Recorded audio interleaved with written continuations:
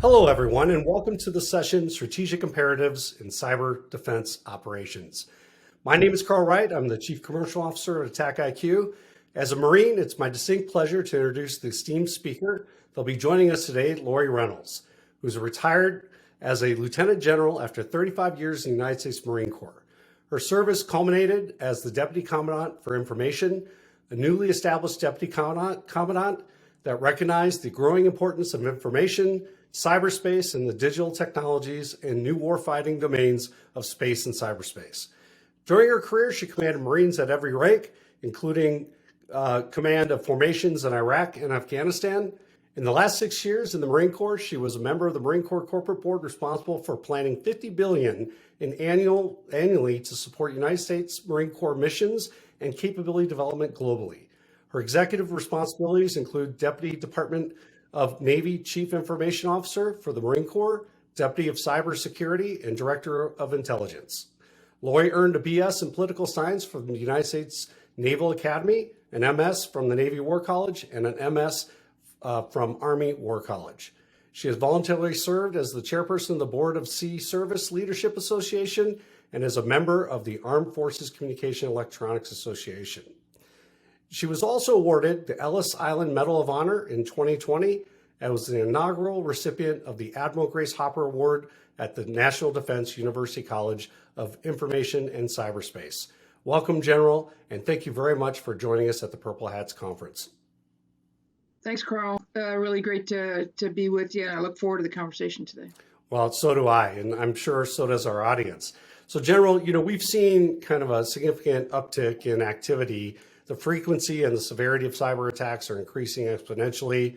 Corporations and government entities are spending more than we ever have on cybersecurity. And it also seems like the rules of engagement have changed. We have nation states, crime syndicates, with the what's going on in Ukraine and Russia right now. We're seeing crowdsourced syndicates and hacktivists like we've never seen before. Some may argue that we're actually involved in some sort of low intensity asymmetric warfare. How would you describe the current state of cyber defensive operations today? Yeah, it's getting sporty, right, Carl? I think, what we really see out there is that we're now in this digital era where every industry could be considered a tech company just because of the way that we conduct business right now. So no matter what sector of business you might find yourself in, you're also a technology company. And you have to consider cyber or IT as access to your company, access to what matters to you, access to what matters to your customers, your shareholders. And so no one is safe. You got to defend yourself. You got to think about it very proactively, and because, as you mentioned, you got nation states, you got criminals, you got curious hackers, and that really is the game that we're playing right now. So everybody's part of this. It's a team sport. Well, and from a rules of engagement perspective, I mean, we obviously used to live in a state where nation states, it was more nation state on nation state. It wasn't nation state on civilian. Is it realistic, I think, for, small SMB businesses or enterprises to defend themselves from nation states? I mean, we seem to have a real challenge here. Yeah. No, it's not realistic. Although, again, I go back to General Nakasoni's kind of mantra out there that cybersecurity is a team sport. You don't have to do it by yourself. And there are so many opportunities out there right now where intelligence is being shared, information is being shared. You have managed service providers that are willing and capable of defending your company. But as the owner of that organization, you got to know what questions to ask. You have to be professionally curious. And you have to stay engaged in this fight. Well, I think every sector, whether it's electricity, banking, public transportation, or government services, they have a mission to provide those services. And if we just took healthcare as an example, cybersecurity that's really about patient safety as an example. And if they're spending money on cybersecurity, then they're not spending money on maybe new X-ray machines or blood gas analyzers or things that can save people's lives. And do you see the government's role stepping up more lately to kind of help organizations that maybe have a little bit of a different mission from a critical infrastructure perspective? Well, I don't know what role we expect the government to have necessarily in protecting, the healthcare field. Maybe I have that wrong, Carl, but I think that every business that's out there right now has to decide between functionality and security. Everybody is choosing that balance, and so again, how we choose to defend our cyberspace as a nation, again, we can't, I don't think, expect that the government will protect all that we have. I don't know. What are your thoughts on that, Carl? Yeah, that's a good question, and that's exactly where I was leading on this. What responsibility does the government have for national defense? And the Department of Defense has now created an another service that's dedicated to cyber and space, and for the national defense of the country. And so I'm wondering what the next 5 years looks like for that national defense and industry collaboration to work closer together and share information. And I think you've seen information sharing be a important component of this for several decades probably, but it seems to me it's more important now today than ever. Yeah, I think this is a balance we're going to struggle with for a long time, Carl. I think it's I listened to Jen Easterly the other day talk about what CISA is doing and how they are working so hard to better enable understanding and intelligence and information, and these are the vulnerabilities, and and again, so you think about what U.S. Cyber Command is capable of doing in this space. It's not nearly large enough to defend the nation in cyberspace. Right. And so managing those expectations in this area is really important, particularly from a defensive perspective. I mean, obviously, I think we could talk all day long about what we see happening offensively now and these volunteers in Eastern Europe and how dangerous that might be. But from a defensive perspective, it's not a great analogy, but I own a car, and at the end of the day, I lock my car. I own a house, and at the end of the day, I lock my house and I close my windows and I do what I can to defend what I own.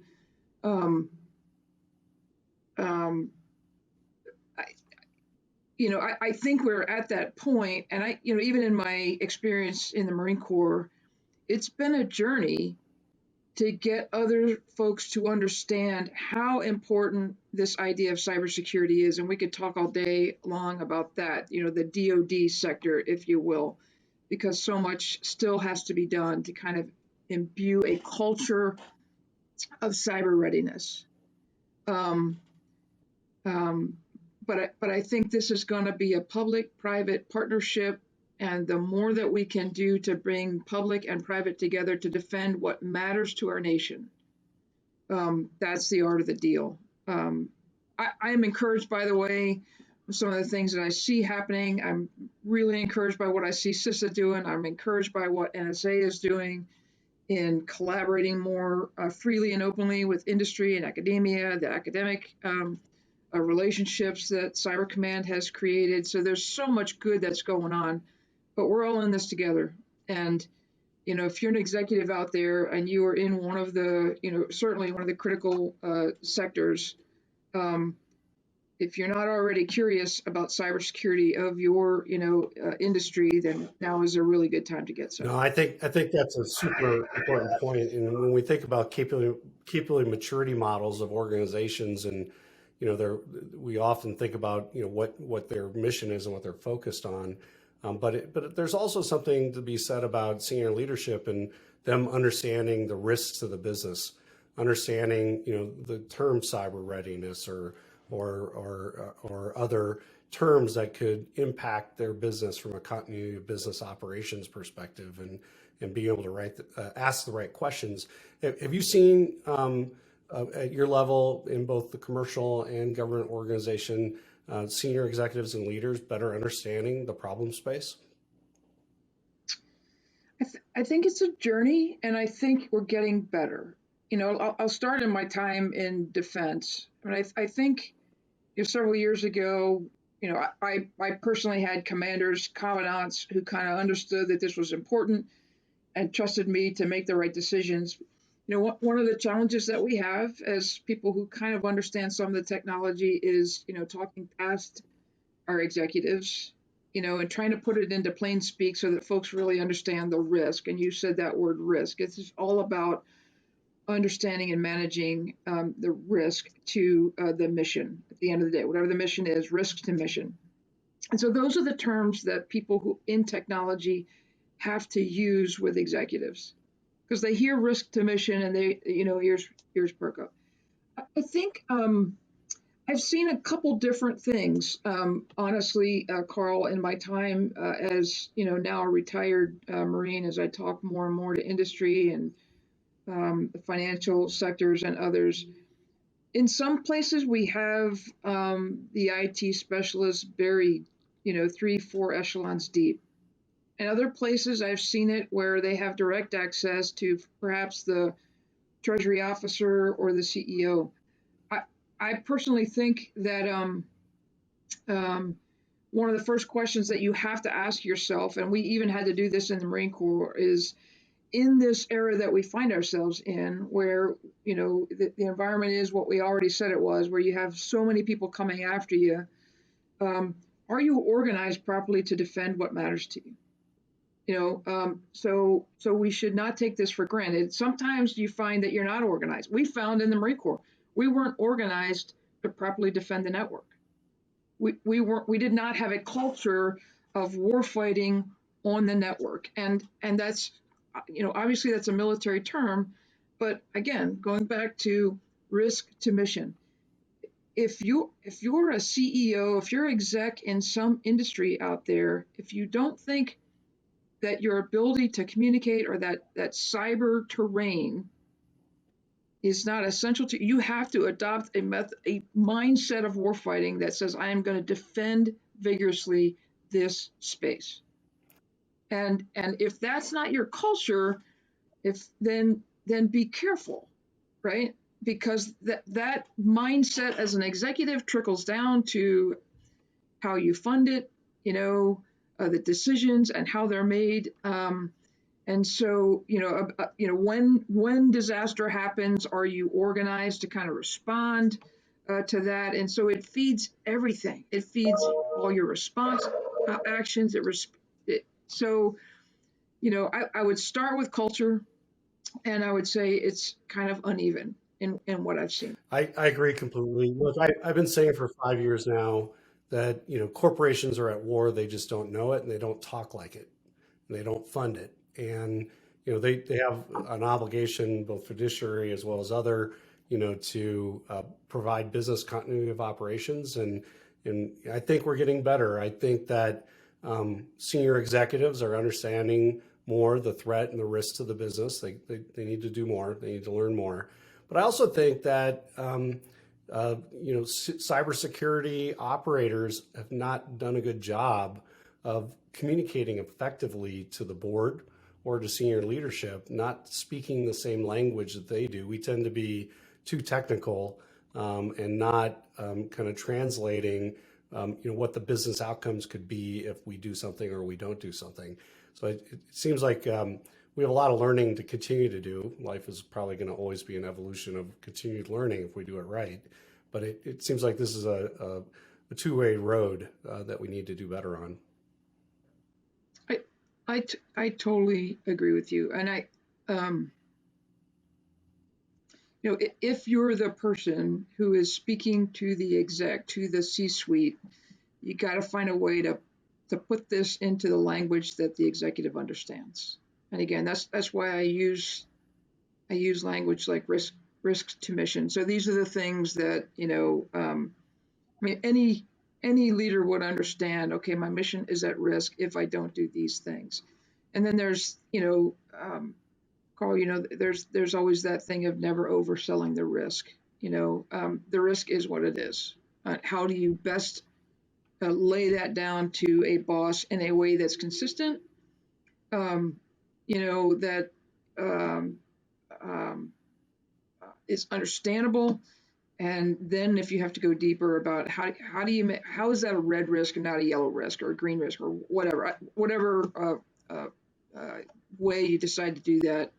But executives only have so much time, and so how do you put that together in a measurable way that somebody immediately understands? Okay, this person needs my attention, and now I got to go down there and make sure that my IT guys or my cyber guys are have everything that they need.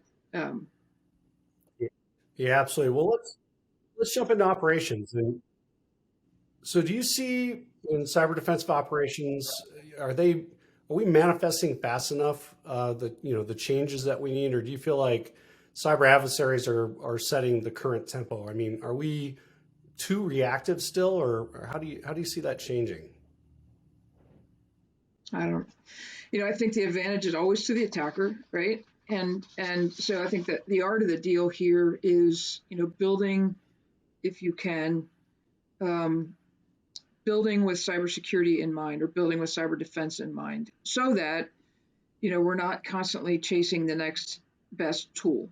Um, I think, by the way, that's where we found ourselves in the DoD is we chase tools a little bit because we did not build for defense. I think um, um, uh, you know I you and I, Carl, we grew up with defense in depth kind of technologies, and now we're talking about zero trust, and I want both of them, right? I want data layer security, but I also want an ability to kind of keep the adversary at bay on some of my operational technology networks and some of those other things. So I think as you really think about an opportunity to kind of design with defense in mind, that also gives you the opportunity to insert functionality along the way. Um, you know that it. I think it's Carl. It's always going to be a sparring match. But I think what we still see out there, by the way, are some of the basics still not being done. Multi-factor authentication. Basics like these things that we're still catching up. Well, on that note, we spend a lot of money on capability, and then we deploy it, and then we just move on to the next thing. And cyber hygiene, just seems to be our biggest threat. Isn't the adversary? It's ourself. I mean, it's just owning and operating effectively and optimizing what we have and making sure people are understand how to use it. It seems we could do a lot better as both a nation and as individual companies if we focus a little bit more on just owning and operating in cyber hygiene. I We could go on and on about this, and I'm happy to do that. I mean, I look now you're getting into people and how we train them, right? Do we invest in really deep learning for the folks who are going to employ these tools, whatever they are, right? And so to your point, these new ways of thinking about red teams or purple teams, and um, that goes right, Carl. That goes to this culture of cyber readiness. Um, we got to give up things that give us an illusion of security, right? And we spike the ball on the 5 yard line, and then we go home, and the adversary gets in the next day. So, um, yeah, I totally agree with you. We got to invest in the people who can best understand how these tools are used, and then be ninjas with them. Well, we're definitely I think we'll spend a little more time talking about that in a second. But you know, one of the things I've been saying for a while. I mean, I think I started 20 years ago when we first built the Marine Corps Enterprise Network. Um, is cybersecurity doesn't use the word transformation very much. Um, we also don't use words like fluid or elastic. and really referring to major architectural shifts in IT operations, such as cloud and virtualization. I mean, I've never heard a security person in my life use the word fluid or elastic, yet those are the terrains that we have to defend against, because often a cloud first strategy, whether it's DoD or commercial world, you're seeing it. And so, I'm wondering, what, how should senior leaders, particularly in cyber, be thinking about transformation? Or are they thinking about it? And I just haven't had the luxury of talking to those folks yet. Well, I'll tell you, I think they are thinking about transformation.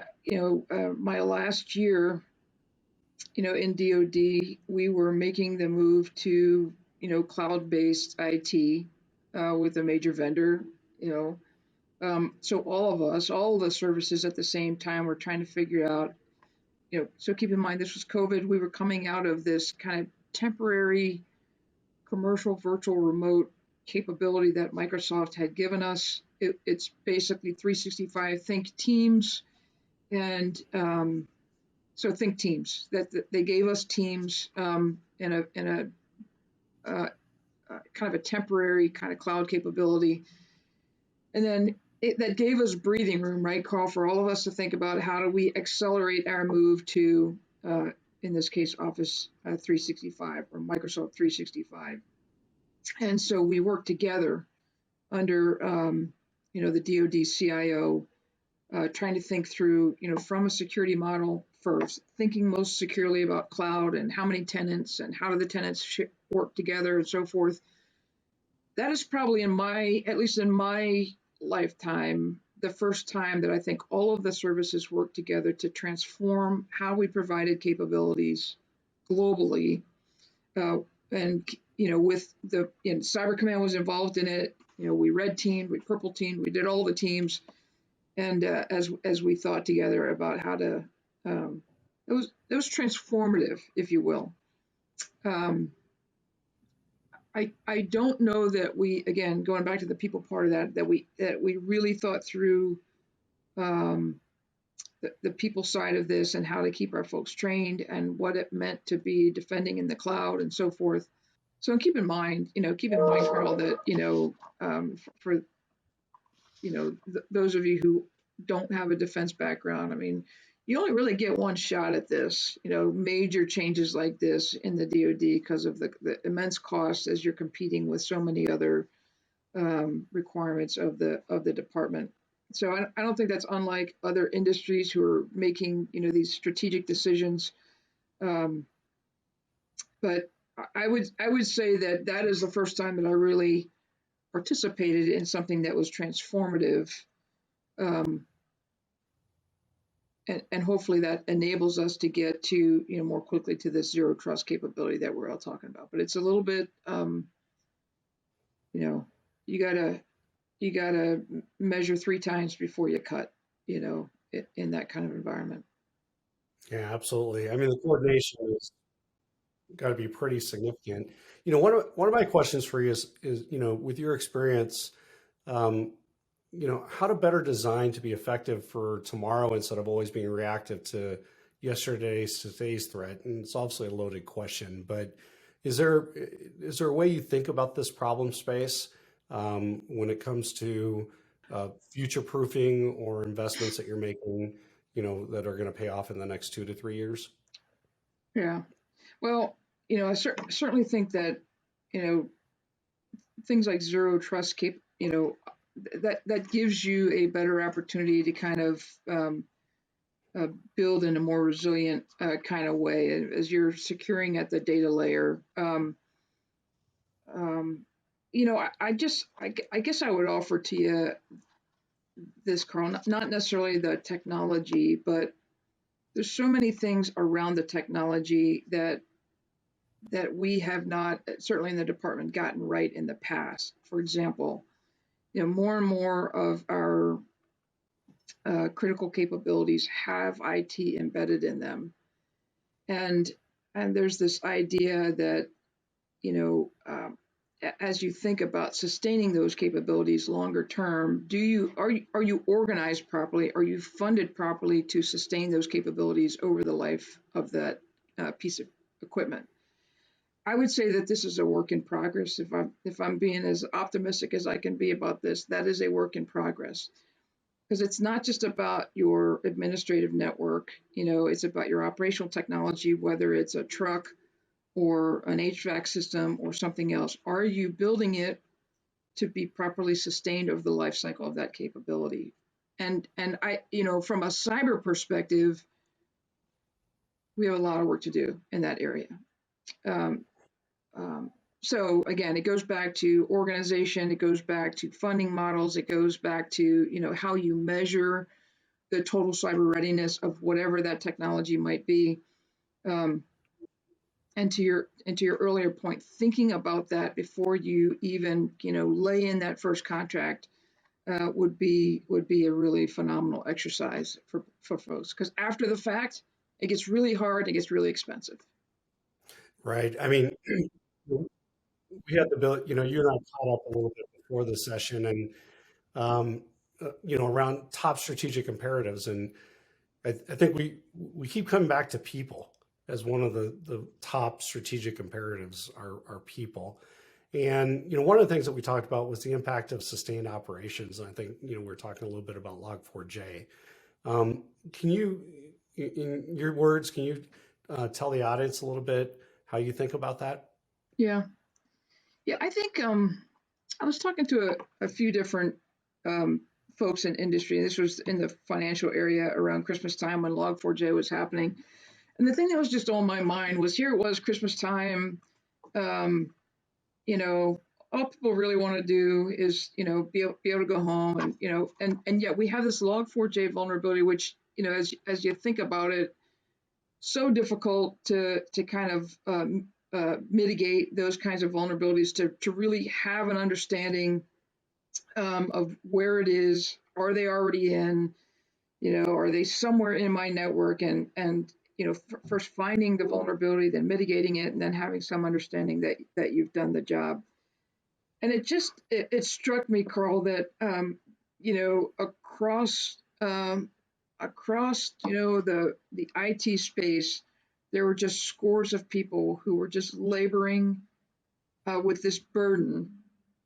Um, and because from my perspective, my understanding, that was a rather significant vulnerability. And I just wondered how many of those folks were being properly supported by executives who truly understood the burden that they were under. And don't want to oversell it, but over and over again, you think about kind of the unending task of our IT providers. And I, just in my own experience, and now we're talking leadership and not cyber, but just understanding the work that your teams are doing, the burden that they carry in defending what is essential to the mission. And people who don't really understand what it is that they do, they just know that they're happy to have them do it, and not perhaps someone else. But I think, look, I would just say, from a leadership perspective, this is a place where just leaders just asking the right questions, giving access to those people who are down there, fighting that fight, making those risk decisions for a company. Sometimes just being there as a leader and saying, do you have everything you need? Yeah. What do I need to understand about what this is that you're fighting right now, and how can I help you? Just something that simple um, really matters. I mean, I just think it really matters. I know that because when the commandant asked me, Lord, do you have everything you need? Then I know he's at least thinking somebody is carrying a burden that he's trusting in. So I don't know, Carl. I don't know if that's where you were taking me, but that's where I was going at Christmas time with Log4j. Like, these poor people. No, I think that's perfect. We're going to talk about retention later, but I got to imagine that, that can help this retention issue a lot of organizations are having. I, my, you know, I learned it over and over again. So sometimes just asking people to stay on the team is all it takes. We really need you on the team. Will you please stay with us? Sometimes that's all it takes. So anyway, Well, we opened the session talking about kind of the exponential increase in the number of attacks that folks are dealing with. So this impacts operational tempo. Obviously, we just talked about the impacts of Log4j and waiting for the next one to happen. So op tempo is a thing, but we also know we need to spend time on our people from a training perspective. And do you think the training that we're providing our people today is effective? And then, do you think are we doing as much training as we should be doing? Yeah, I can only answer this one, Carl, from my own experience.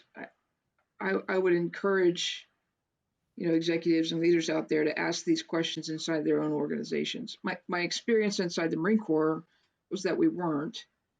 We did not properly fund for training for all of our folks. We did, in my last year or two, we made training a lot more available via virtual means. DoD, by the way, 8140, it requires certain training. It's a non-stop. Again, you have to have a culture of training in your organization to keep up and to better enable folks to kind of take the time that they need to train. It's a cultural thing. I would offer to you, though, that in my experience that it's not that people don't want to train, and my experience is it's making the training available to them, so that they don't have to pay out a hide to be proficient in the things that you need them to do. And so, setting in your training budget, giving them the time to go do it, and then rewarding them when the training is done. I mean, again, this is a cultural thing of, if you really care about what's happening, then you invest in the people that are doing it. Makes total sense. In the Marine Corps, every Marine is a rifleman, and so regardless of what we do, on a day-to-day basis, we understand and can break down our primary weapon. The reason I bring this up is that when we look at the tooling and the tools and capabilities that cyber defenders are responsible for, I get the feeling lately that they don't really understand their weapon, that they don't really understand the capabilities of how that piece of gear detects or blocks or whatever it might be, and they heavily rely on the vendor. I think, for me, it feels like it's a training issue, but it also feels like, operators aren't really breaking down that super important tool that could one day, help the organization defeat an adversary that's coming after them. And I'm wondering your perspective on in the reference of training on that statement. Yeah, I think it's a really great point. And again, I'll just going from experience here.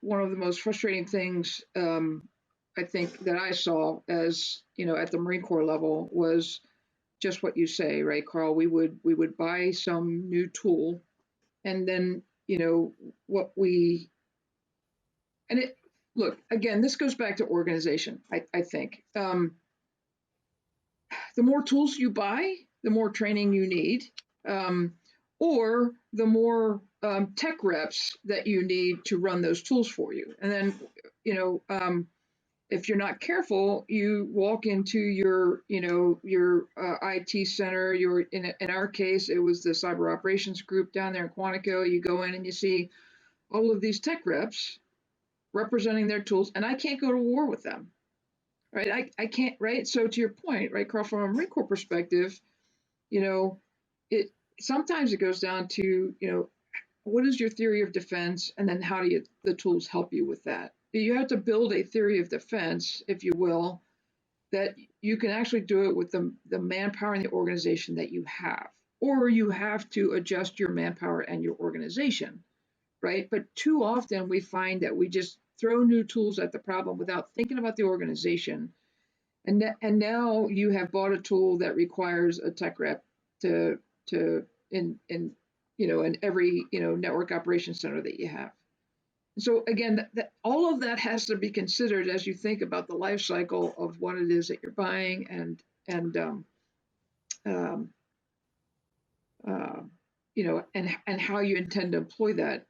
One of my concerns, Carl, by the way, was when we have these representatives of the organization, that sold us this tool, who's supervising that person?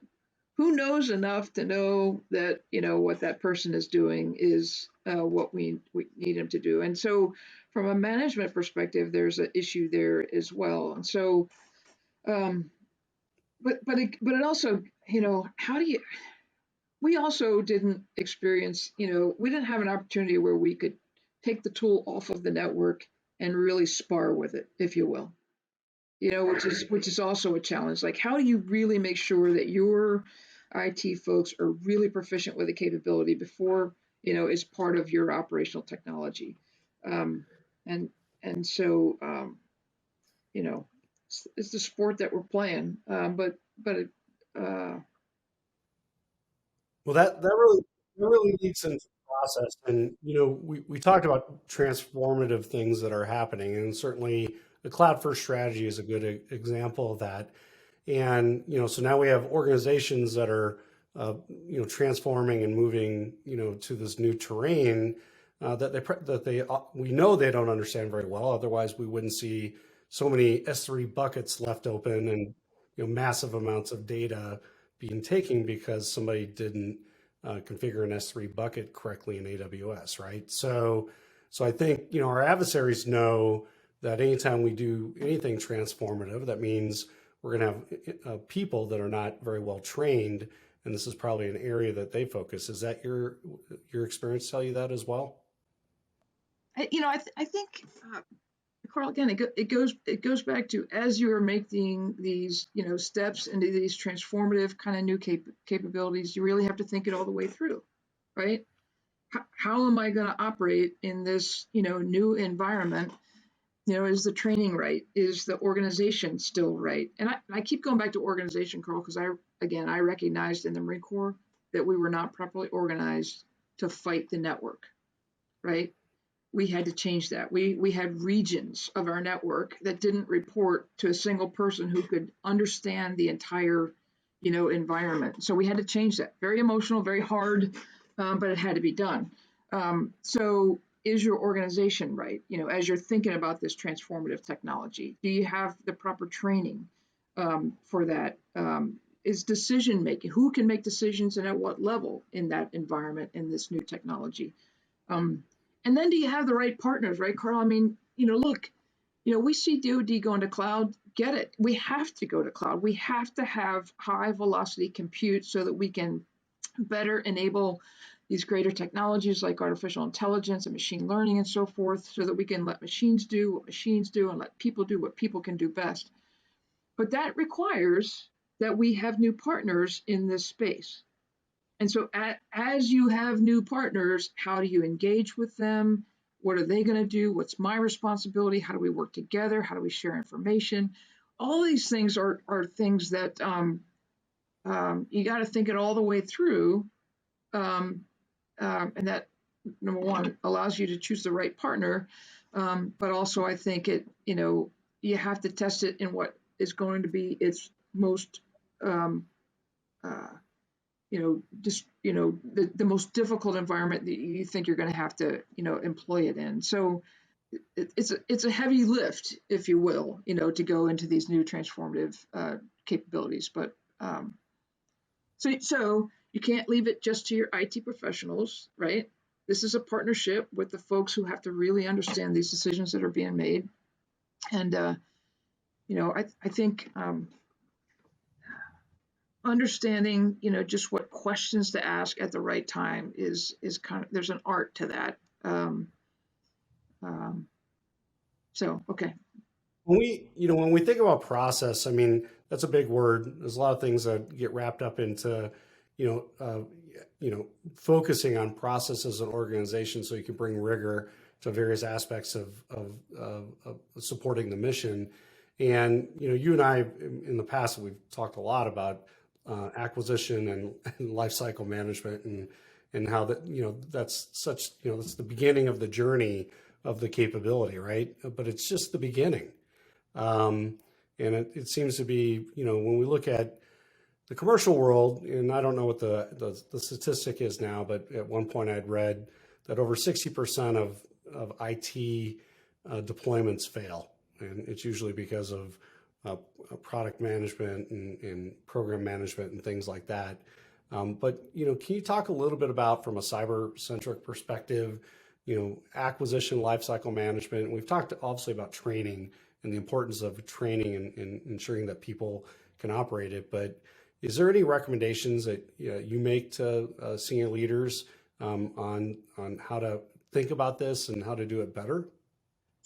Yeah.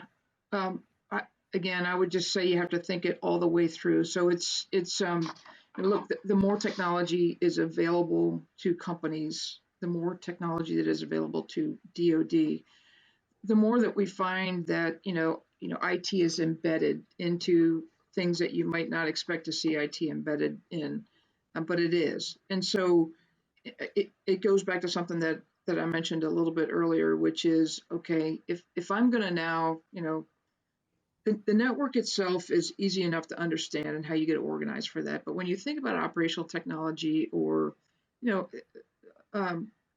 vehicles in the DoD that now have IT embedded in them, let me think that all the way through. Okay, who is accountable once that vehicle rolls off the deck of the truck that delivered it?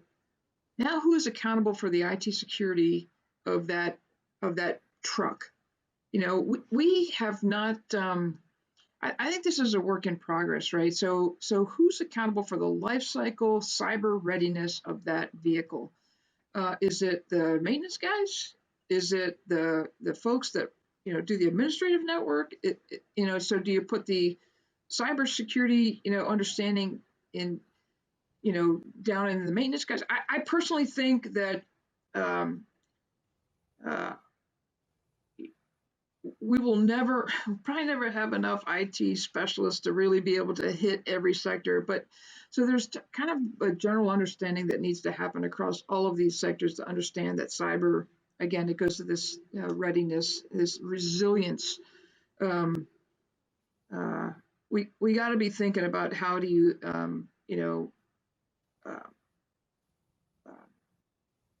better share the understanding and the education into all these different sectors.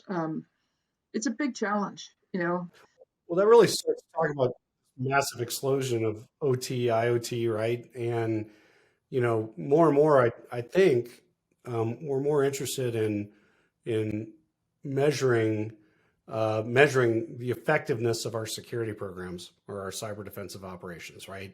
And we can't manage what we can't measure. And so, how do you think about that as a senior executive, senior leader, about measuring the effectiveness of the cybersecurity spend, the people, the processes, things like that? Yeah. So one of the things that I learned, as a senior leader in the Marine Corps is that I needed to better understand risk. Sometimes it wasn't risk associated with what we were spending money on, it was what we weren't spending money on. And so how do you expose the risk in your organization so that you can measure it? And some risk you can't mitigate, you just got to live with, by the way. You go back to this whole idea of what is the terrain that must be defended at all costs for the mission. I think, one of the things that you hear, at least inside the Don, the CIO there, Mr. Weiss, Aaron Weiss, talking a lot, less about, the way that we used to measure in the past was, does this piece of gear, does this software have an ATO? That is an illusion of security. That does not give you a cyber secure capability. And so how do you build this culture of cyber resilience in an organization across not just your IT, but your OT as well? Very difficult, right? And so inside of each commanders who have operational technology have to start to understand where is that and how do I better understand where I am. So to me, Carl, this is an at echelon kind of, if the guys at the top are talking about cyber resiliency and understanding where is my risk buried, and then at echelon, folks are beginning to be more professionally curious about where that risk is, then we can, perhaps get after it. This is very difficult. We have a lot of legacy capability out there, and this is like everybody rowing together trying to understand how do I defend where you are, because you can't rely. I don't think that you can rely on the small number of people who are IT trained and call themselves an IT or cyber professional, because this is an everybody fight. Yeah, no, you just said something I want to double click on. It's my recent favorite subject. So use the word ATO, authority to operate, which is part of a certification and accreditation process. We think of it on the commercial side as kind of compliance is a way to do it. It's, there's a lot of facets to it, but we spend a lot of money on this. We spend a tremendous amount of our treasure on this compliance or on the certification accreditation process. And then we have the other side of the house, which focuses on risk and risk mitigation, risk management. And then we have the other side of the house, which is cyber defensive operations, where kind of from the bite up versus kind of the framework down, right, of whatever certification accreditation, NIST 853 or CIS or whatever it is. It's interesting that compliance doesn't equal secure, and secure doesn't equal compliance. It seems like that should be an equation that balances somehow, given how much money we're spending on both sides of the house. What's your perspective on that? And are we just doing what we're told, or should we be thinking out of the box to reimagine what this should look like? Yeah, no, I don't think anybody. I don't think anybody disagrees with that, Carl. I think, look, times have changed. It used to be, we didn't have, to your point 45 minutes ago, nation states, criminals, and others coming after us like they are now. And, an ATO gave us, it was a snapshot in time. Is this a secure capability? Yeah. It doesn't, a day later, it might not be secure. And so I don't, I think a different model is required, and I think that the DoD knows that and are looking at that. It's very difficult for small and medium businesses to be able to compete, in an environment where that ATO is required. And so, what is the responsibility of, kind of a major vendor with these subs to kind of help with some of these capabilities? But quite honestly, Carl, I mean, I think there are some, significant, some of the big guys in the DoD vendor world. Um, Somebody needs to ask the right questions of the technology that they're providing. And so, again, it goes back to, I would like to see us get back to, this idea of, really understanding as you're purchasing a piece of kit or a new software, what's the theory of defense of this over the life cycle for this, whatever it is, Mr. Vendor, what is your theory of defense? How are you going to provide a cyber resilient capability? And then how do we sustain that over the life cycle? So I think a different model is needed. Well, we've been using the word resilience quite a bit. Um, it comes naturally to me. I like that idea. We're seeing it more in the commercial world. I mean, that word's been around a while, I think, in the Department of Defense, readiness and resilience. It's interesting. The way I've seen that word used in the financial sector, is when a regulator comes in and asks the bank, what is their resilience to a ransomware attack? And they're not talking about the bank's ability to defend itself or to recover from that necessarily. What they're talking about is what is the bank's ability to continue to provide a service to its customers, giving an attack. But the requirement of the bank is to provide the service to the customers. And so are they resilient enough to continue to provide the service? What do you think of that definition, and how do you think organization, even the bank wasn't ready for that? That wasn't something they'd ever heard from a regulator. What's your perspective on that? Yeah, I mean, I think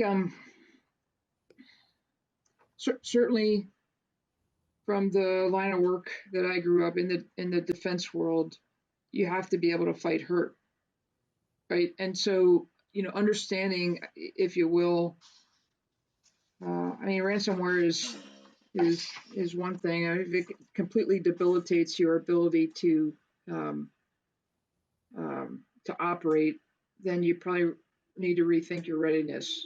Um, um, but I, certainly from a DoD perspective, we think about things like PACE plans. Your primary, your alternate. What's your alternate ability to get through?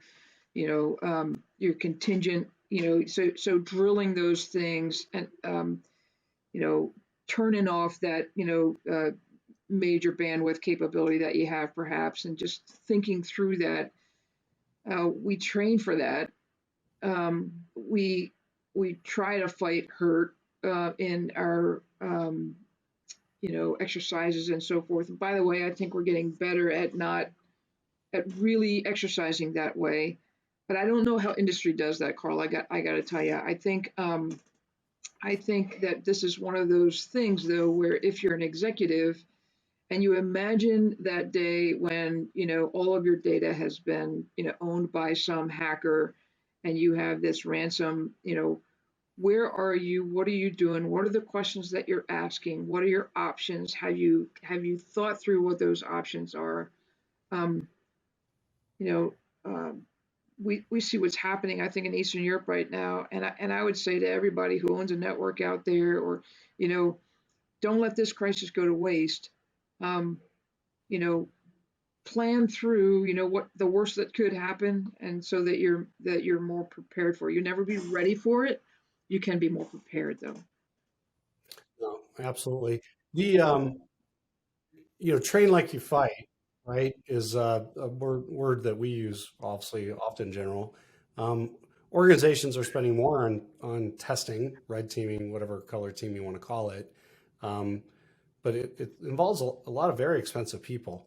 Um, is DoD found that red teaming and the different types of that teaming is either is that scalable, affordable, and is it giving the coverage models that make you as a senior leader feel good about the data that you're getting as a representative sample of the enterprise? No, you're right. I mean, it's really expensive, Carl. And by the way, I mean, it- you know, um, you would want red teams that really understood. You have to intelligence informed red teaming. How will the adversary fight? What are the TTPs? What are the tactics, techniques, and procedures of a Russian state actor as opposed to a Chinese state actor, as opposed to a criminal group, as opposed to right. So there is so much to make a really good red team a really good red team, and we continue to kind of add to our ability to do this, but um, I'm not super comfortable with representative samples. You Yeah. know, I'm just not comfortable there. Um, I think red teaming kind of lets you understand, going back to what we talked about with thinking about acquisition and life cycle, and might give you an idea for, okay, well we built this piece of kit, and there's a significant vulnerability that we need to now go fit. And but I just think each situation is different, and what you really need on your OT or your IT is this constant red teaming, Yeah. whatever things that can really understand in real time, what am I looking at on this technology so that I can properly defend it. That's Yeah, key. that seems like an area ripe for transformation and automation and things like that. Switching up real quick, and just in the interest of time, you were telling me a story about a conversation that you had one time recently with a senior executive in DoD about knowing the adversaries of my network and not being able to prove it. Can we just talk a few minutes about that? Yeah, I mean, I think again, I was talking to somebody very, very senior, and um, uh, and I said, what keeps you up at night? And he said, just what Carl just said is, I know they're in there and I just can't find them. I was actually encouraged by that. And here's what I mean. I think that if all of us as executives went to bed believing the adversary is in my network and I just can't find them, I actually think that's the culture that we're looking for. And I'm not suggesting that I want a bunch of people that can't sleep at night. I am suggesting that if you assumed that, number one, that people are trying to get into your network, number two, that they have the means to do so, and I think finally that they wish to do you harm, not to make people paranoid, but to understand that is the environment that we're in right now. And if you don't have a culture in your organization where you believe that you're vulnerable, I think we've talked, Carl, about training for our IT professionals, but it's not just IT professionals; it's everybody who uses this technology. Again, the number one way into a network is through stupid people tricks.